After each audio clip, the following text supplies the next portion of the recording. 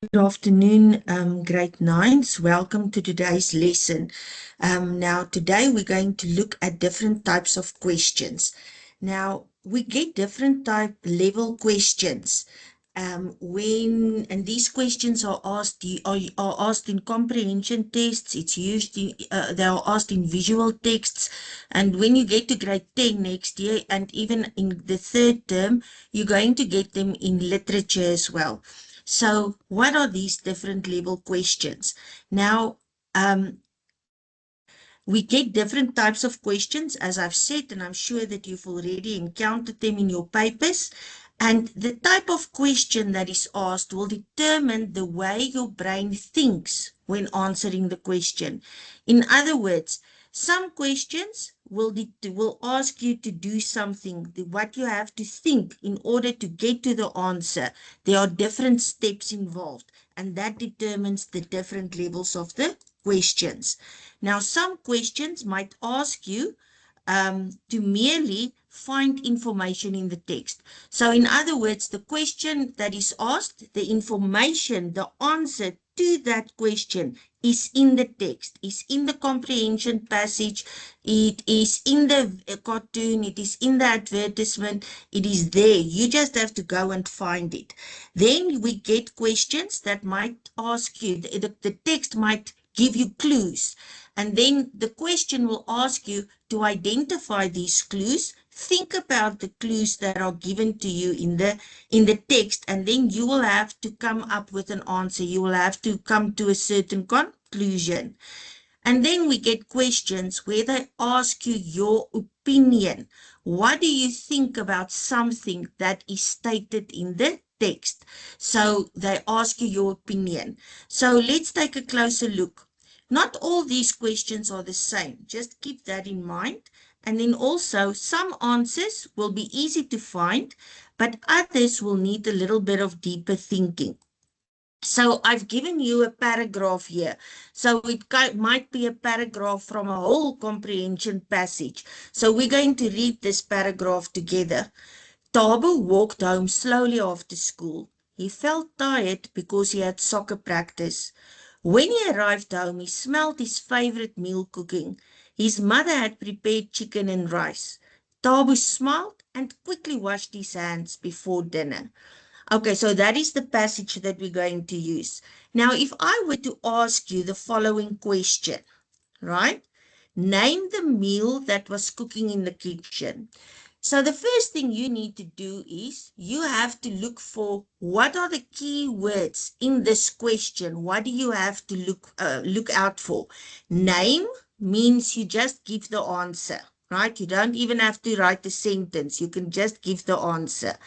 Meal, right? Meal is something that you're going to eat, something that's prepared, something for breakfast, for lunch, or for dinner or supper. And then was cooking. Okay, so now we have to go and look for this answer. But remember, the key words are meal and cooking. Okay, so now if we scan through this paragraph, right, now we're going to look for clues that might give us an answer. Here I see meal and I see cooking. So if you find the keywords or something that links to the keywords in the question, the answer will usually be just before or just after it. If we read on, we see his mother had prepared chicken and rice. So, what meal was cooking? There's the answer, chicken and rice. So, what do you notice? The answer to this question is here in the text. You just have to go and find it. Now, let's take a look at another question. If you get this question, when did Thabo start walking home? Okay, so here the keywords are when. When refers to a time of day, right? And now Thabo, that's our character in the paragraph, walking home, start walking. Okay, so now if we go and scan, here at the very beginning, I immediately see walked home. Thabo walked home. Okay, so now we have to go on. There's nothing before that to give us an answer. And so let's see if there's something after it. Thabo walked home slowly after school. So when did Thabo start walking home? Here's the clue. The answer is there. After school. After school was finished. And you can even say, if you said after soccer practice, that would also be correct. But notice the answer is in the paragraph. It's in the paragraph. Okay, let's look at another question. Oops. Let's look at another question. Explain why Tabo walked home slowly. Now the keywords are here. Explain and why. Why usually wants a reason. Now again, we're busy with Tabo and walked home slowly. So now we have to go and look for a reason. Why would he be walking slowly? Why wouldn't he be running? Why wouldn't he be in a hurry to get home? Let's quickly see. Tabo walked home slowly after school. He felt tired. So why was he walking slowly? He was tired. Okay. And why was he tired? Because he has just finished soccer practice. So there you see the answer to this question is also in the passage. Now, if you look, these questions are literal questions. Now, what does literal mean? What does it mean when the question is a literal question?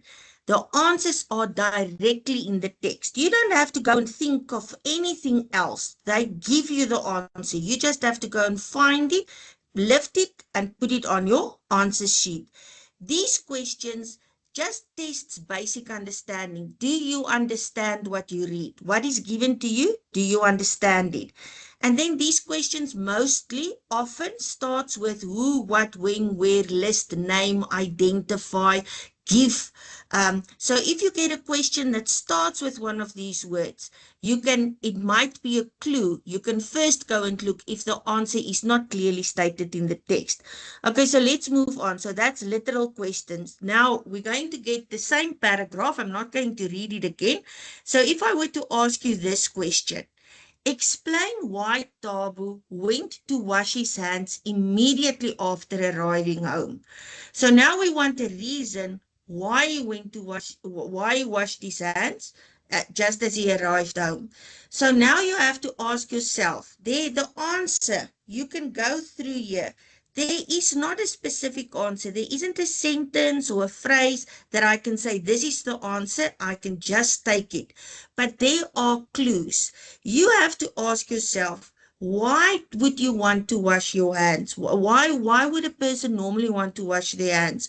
And that will be because their hands are dirty. Okay. So now what in this passage are clues to that? So we can say he was at school the whole day, so he wanted to make sure his hands were clean. You can say he had soccer practice and he was sweating, and that's why he wanted to wash his hands to ensure his hands were clean. But why does he want his hands clean? Now we normally go and we say, because it was just before dinner, because he wanted to make sure that his hands are clean before he eats his dinner. So here you will see the answer is not exactly, you can't just lift it, but they give us clues. You have to interpret why do you wash your hands? And then what we say because your hands are dirty. Now you have to go and look in this passage. What clues are there to indicate that he might have dirty hands? And why does he want his hands clean? Another example of a question like this is, what does Tabo smiling tell us about how he felt at that moment?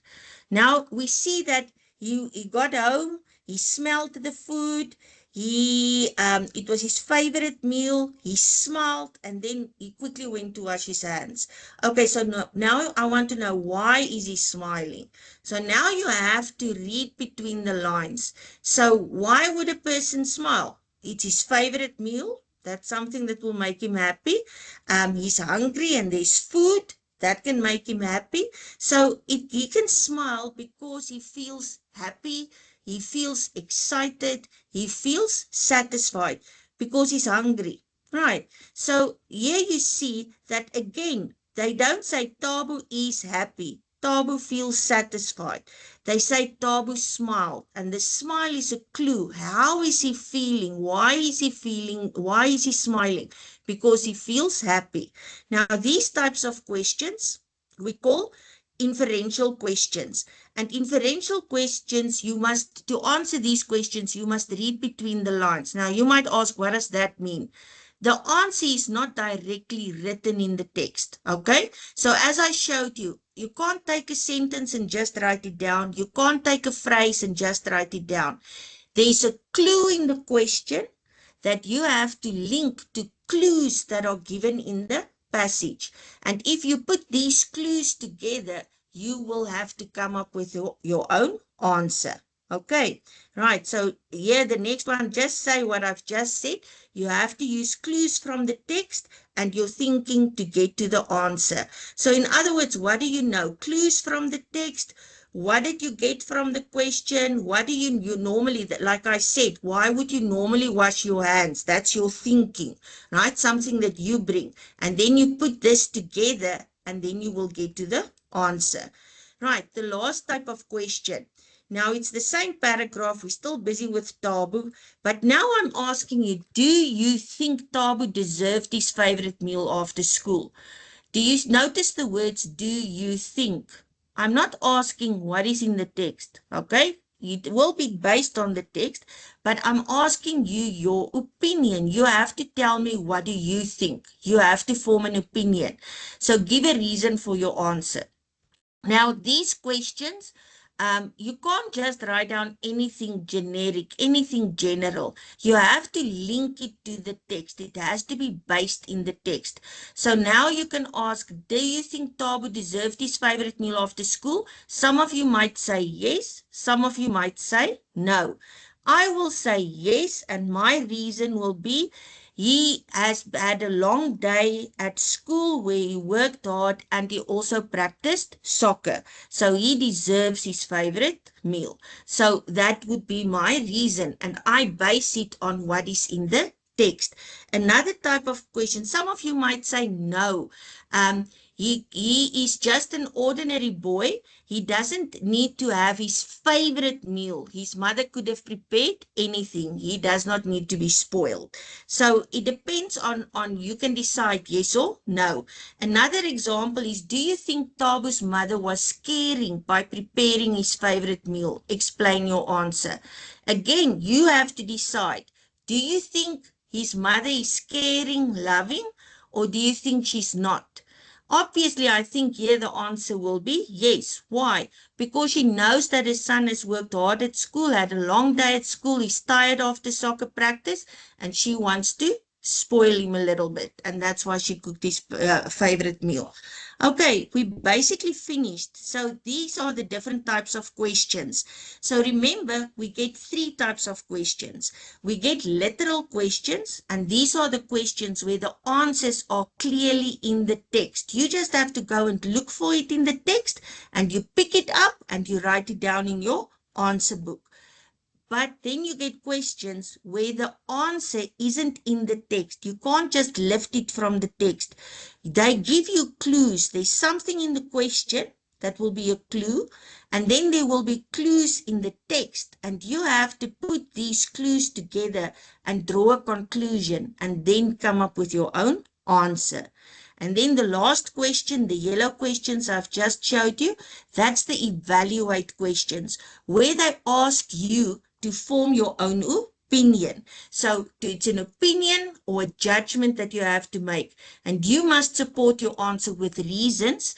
And these questions often start with, do you agree? What is your opinion? In your opinion, do you think? And all these questions have to be motivated. It has to be justified. It means you have to explain why that is your opinion, why this is what you are thinking. Now remember, next time when you answer questions, go and see if the answer is in the text. If the question starts with who, what, where, when, why, and name, list, give, then you know that the answer most probably will be in the text. If it's not there, it means that you have to look for clues to get to the answer. And if they ask you, what do you think? You have to look at information in the text and you have to form an opinion and you have to motivate it. I hope that this will help you next time that you have to answer a comprehension test. Thank you for joining me this afternoon. Enjoy the rest of your day.